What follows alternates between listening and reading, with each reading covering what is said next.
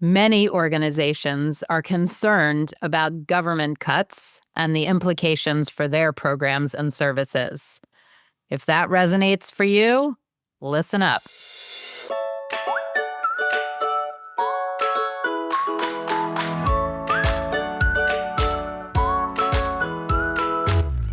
Welcome to All About Capital Campaigns, a podcast that provides fuel for your nonprofit's growth. Each week, Amy Eisenstein and Andrea Kilstead, co-founders of Capital Campaign Pro, provide practical tips about raising more money for your nonprofit organization. Here are your hosts, Amy and Andrea.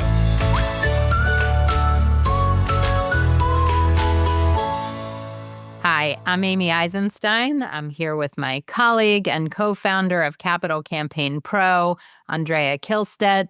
And today we are talking about what is probably on your mind, the government cuts to nonprofits, to programs, to services that are near and dear to our hearts. So we're going to talk about how to think about that, what you might be doing in the context of a gap funding campaign. So, Andrea, why don't you set the stage, as you always do so well, about how nonprofits today can be thinking about any government cuts that they've already received or that they might be concerned about and that might be coming down the pike.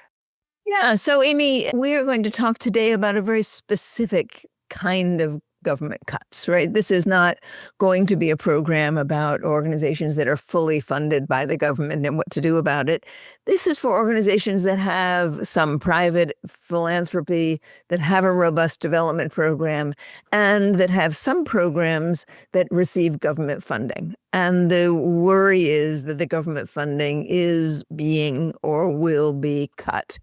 And with that, unless there is a remedy, they're going to have to lay people off. They're going to have to shut down programs or truncate programs.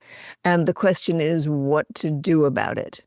Now, what's complicated in normal times, we generally separate quite clearly annual operating budgets from special campaigns or capital campaigns or capacity campaigns where you raise money that is over and above. This gap funding is a situation where those things get perilously close, right? Where what you're going to be funding actually, let's say to make this specific, that your organization has $100,000 program and you have just heard that it's going to be cut, and that means that by September you will have to shut the program down unless you can figure out another way to fund it. Now, program funds are recurring, right? This is going to go on year after year after year, which is a situation that makes it difficult to raise from a special campaign. It makes it appropriate for annual fundraising where people give to you and expect to renew their gift year after year.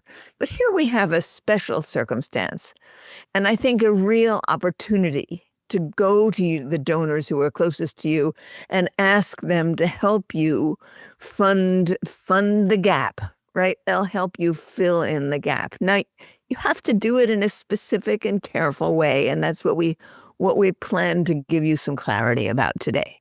All right, so let me just back up for a second and add that the reason that it's a little different or potentially more complicated is because normally when we talk about capital campaign fundraising or capacity campaign fundraising, we're talking about one-time special needs, special donations that are over and above the annual fund. But with these government cuts and these ongoing programs and services, we're asking donors to give to something that is going to need ongoing funding. So I just wanted to clarify that a little bit in case it wasn't clear enough. So that's the problem it potentially poses with doing a special campaign style effort of fundraising. But I think we have some good suggestions to overcome that. Yeah, it's funny how when things go south, go bad, or maybe going bad, there are almost always opportunities And this is one of those opportunities. Now, the reason it's an opportunity is because this is based on a situation that pretty much everyone knows about. This is not just a situation for your organization that is going to, for some reason, lose a grant. That's one kind of situation.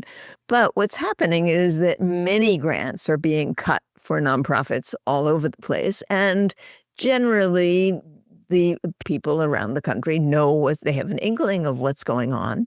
And if you are communicating well to your donors, they may already know that you're concerned or that you have received notice or that, but it is in a bigger context of a larger change that's happening. Yeah, so people have more than an inkling of what's going on. They're up in arms about it. And the Right. donors are probably upset at the idea that, well, some of your donors are hopefully upset at the idea that these funds and vital programs and services in your community are being eliminated. Now, I have a great little example, a little story. As you probably know, we have Wednesday calls for all of our clients. They come to a call. We have two of our experts working with small groups every Wednesday for two different sessions. And a couple of weeks ago, one of our clients said, what we just heard that one of our programs lost its funding, and we, it's going to cause problems. And she said, when that came out, I got a call from one of our donors saying, is this going to affect your therapists, right? The therapists who work with the kids, is it going to be a problem? She said, yes. As a matter of fact, it is. If we can't replace this money, we're going to have to lay people off, and we're not going to have therapists to work with the kids. Without blinking, this guy said, well, how much does it cost to cover the cost of a therapist for a year? And she gave him the amount, and he said, I'll cover the cost of a therapist for you. Amazing. Right? Now that's just, that doesn't happen all the time. On the other hand, if someone cares about the program, if their kid is perhaps, or someone they know is served by the program, and all of a sudden they realize that the cuts are going to affect something close to them, it's not impossible that somebody would call. And if they don't call, it's even quite likely that people are concerned enough to want to help. They may not know how to help, but they may want to help. And that provides a fantastic fundraising opportunity. And actually, we're hearing more and more stories like that. We just heard 2 stories from our clients last week where donors stepped up to fill the gap. And so we're working on helping our clients and others be proactive, and so that they can take advantage of the moment. I sort of started to hesitate to say take advantage of, but leverage the unfortunate opportunity that's around you in order to preserve the vital programs that you provide. All right, so let's talk about this idea of a gap funding campaign. What's involved, what the pros and cons are, and just sort of as a side note, we are now offering gap campaign services because we're trying to pivot and meet the need of what's going on in the sector. So our whole team is now ramping up gap campaigns. So if you think you need one, you and I know that every time we start to use the word pivot, there must be some big problem in the world, right? I choked on the word. I can't even say it. Okay, so let's talk about what might be involved, or what organizations should start thinking about if they have already lost funding, or if they think they might be losing funding in the near future. Yes. So let me start this way. While it is highly likely that you can launch and execute a successful campaign to raise money to fill the gap, the program gap caused by cutbacks in government funding, that does not mean that you will be able to raise private funds that will, over the long haul, support your programs that have been previously covered by government funds. right? We're talking two different things here, and you need to think that way. That what makes a capital campaign work is that you're asking donors who give to you in a recurring fashion to give a special gift, as Amy said, that is over and above their recurring gift to fill a special need. But you have to put a plan in front of them that says why you're not going to be coming back to them year in, year out forever to support that program, which means that while you are working to fill the gap, you also need to be developing a plan for ramping up your other kinds of funding so that you eventually will be able to cover the costs of this program in other ways. So you have two things going on, and both of them are important to this gap funding because you need to be able to lay that out to your donors. You need to be able to say, we've lost $100,000. If we can't fill that bucket for the next year, 2 or 3, we're going to have to either cut back or end this program. We really don't want to do that. But we have developed a plan long-term about how to fund it. It's just going to take us a while to do that. And we are now raising money, short-term money, to keep the program going in the interim. So we would like you, donor, to help us with this short-term funding to keep the program going. Now, that's a different message. And listen to it, right? That's a different message than if you go to the donor and say, we're losing the funds for this program, and we're going to our individual donors to pick up the slack. Big difference, right? Yeah, I'm taking a deep breath because that is it's going to be hard to ramp up the fundraising. It's not an easy thing to do, but that is the goal, I think. I mean, it's always hard, but things change. There are new donors, there are new foundations, there are new opportunities. You may be able to tinker with the program to make it more cost effective. That would be fantastic also, right? You may be able to, there are all kinds of things you can do to actually look at that program and say, well, is this an opportunity for us to do a better job in a more cost effective way? If you can, this is a great time to grab onto that.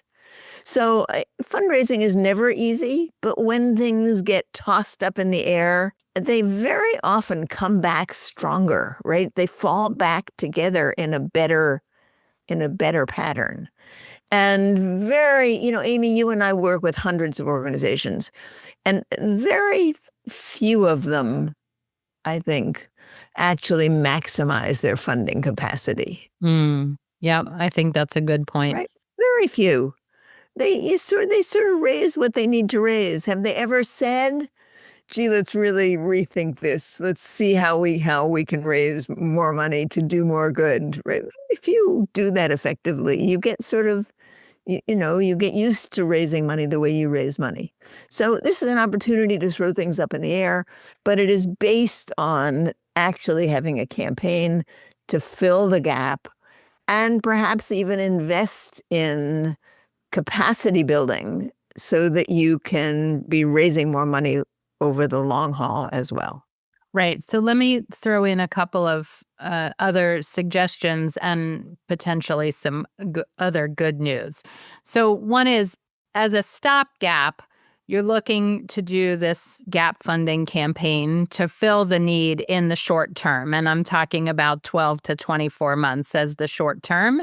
And then at least you're going to be making contingency plans. And so what happens if we raise some of the money for the long term? What if we raise part of it? What if we raise all of it? What if we raise none of it? So that you can go to your donors and ask for this stopgap funding and show them contingency plans and ask for their advice. What do they suggest? So it's a wonderful opportunity to engage donors. The other piece of good news is that in the next 12 to 24 months, there is ever going to be more and more technology that actually helps you raise money. And every day there emerges new technology that helps with donor analytics, communication, analysis, writing, the list is endless.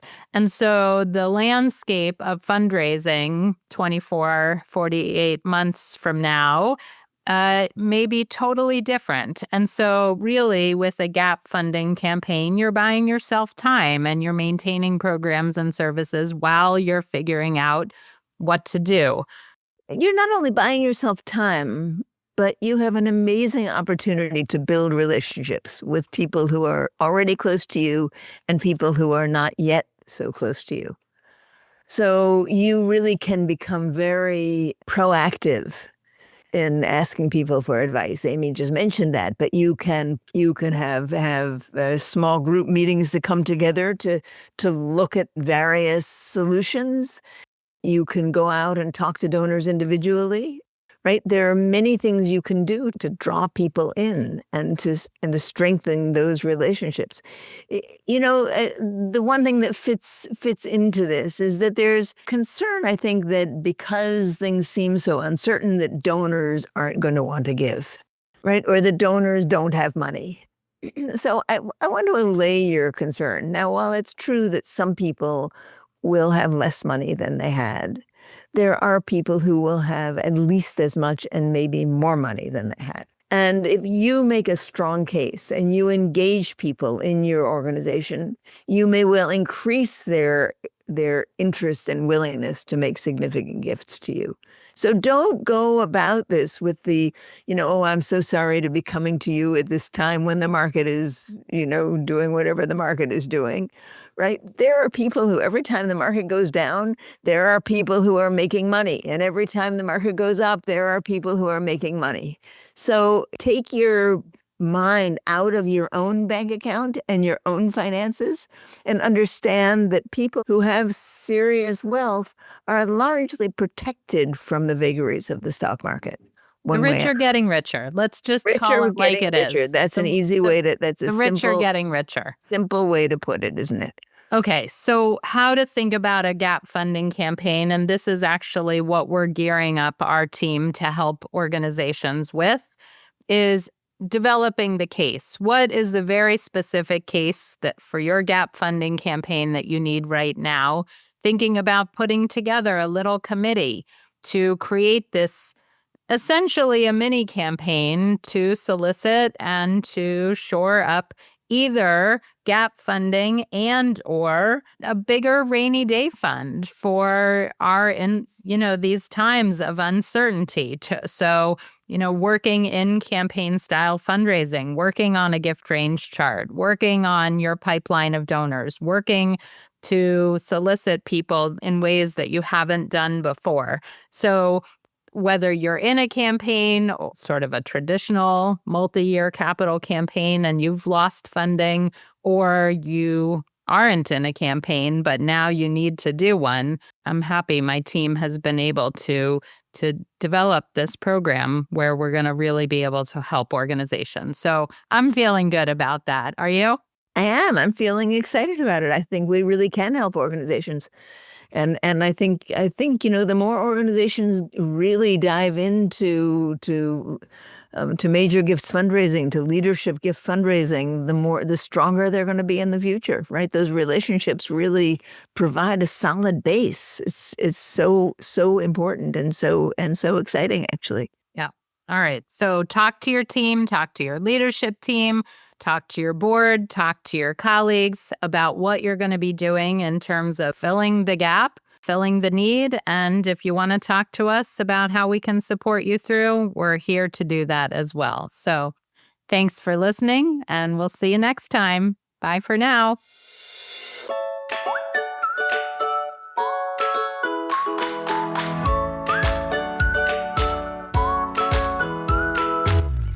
Thanks for joining Amy and Andrea for today's All About Capital Campaigns.